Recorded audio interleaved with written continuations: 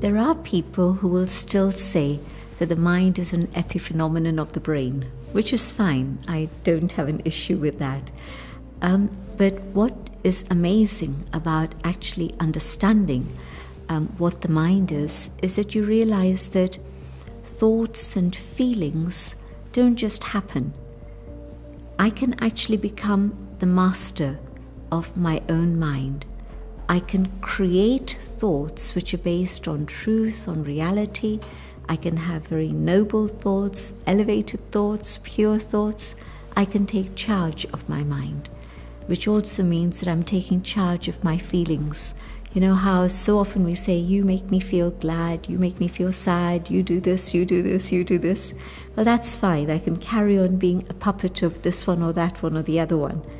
But the power that comes when I say, I can change the direction of my own thinking, I can change the style of my feelings, and I can decide when to be happy and maintain that inner happiness. This is the magical thing about going on that inner journey and discovering that I am the master of myself. My own understanding and experience is that every human spirit starts with goodness. And this is what gives me hope for the future of humanity, that we don't begin with a mixture of good and bad. And definitely it's not that somebody begins bad, full stop.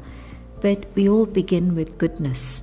And then yes, there are layers and layers and layers that get covered, and so that goodness gets deeper and deeper and gets a bit hidden sometimes, even from our own selves. And so the journey of meditation is to remove all the dust and all the layers and discover that goodness within.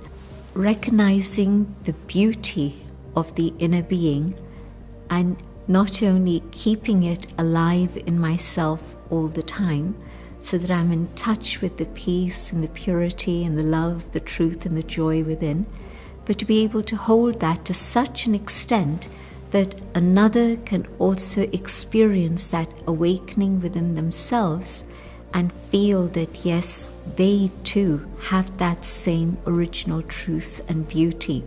That for me is the magic of spirituality now. Because you see so many people who don't have that appreciation and value of themselves.